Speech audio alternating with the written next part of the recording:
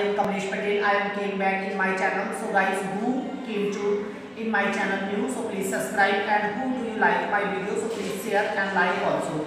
So guys, मैं आज अपना एक टॉपिक लेके फिर से आपके सामने प्रस्तुत हुआ हूँ और मेरी आज की गाइडलाइंस है लालच एक बहुत बुरी बला होती है। तो गाइस, हम लोग देखते हैं कि हम लोग को जितना भी प्राप्त होता है उससे अधिक नीड होता है और गाइस हम लोग लालच में पड़े रहते हैं। लालच में पड़े होने के कारण हम लोग की पूरी ज़िंदगी निकल जाती है, लेकिन हम लोग अपने लिए कुछ भी नहीं कर पाते।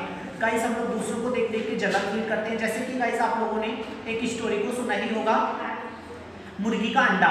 एक बच्चा होता है, वो हमेशा लालच करता रहता है, अपनी फैमिली को देखता रहता है कि जैसे उसके मम्मी पापा करते हैं वैसे ही वो करता रहता है। एक दिन वो देखता है कि मुर्गी रोज एक सोने का अंडा देती है, मैं इस अंडे को बेचता हूँ और अपना खर्च निकालता हूँ, क्यों ना मैं सारे अंडे एक बार ही निकाल लूँ। फिर वो सोचने लगता है और वो मुर्गी को किल कर देता है, उसके पेट को फाड़ देता है और उसको ना तो एक अंडा मिलता है, ना बहुत सारे अंडे मिलते हैं, ना मुर्गी रह जाती है, ना अंडा रह जाता है। तो कहते हैं ना, धोबी का कुत्ता, ना घर का ना घाट का। तो हम लोगों को ज़्यादा लालच नहीं करनी चाहिए। अगर हम लोग लालच में पड़ेंगे तो ना हमें जो मिल रहा है वो भी नहीं मिलेगा और हम लोग और भी डैमेज होते जाएंगे।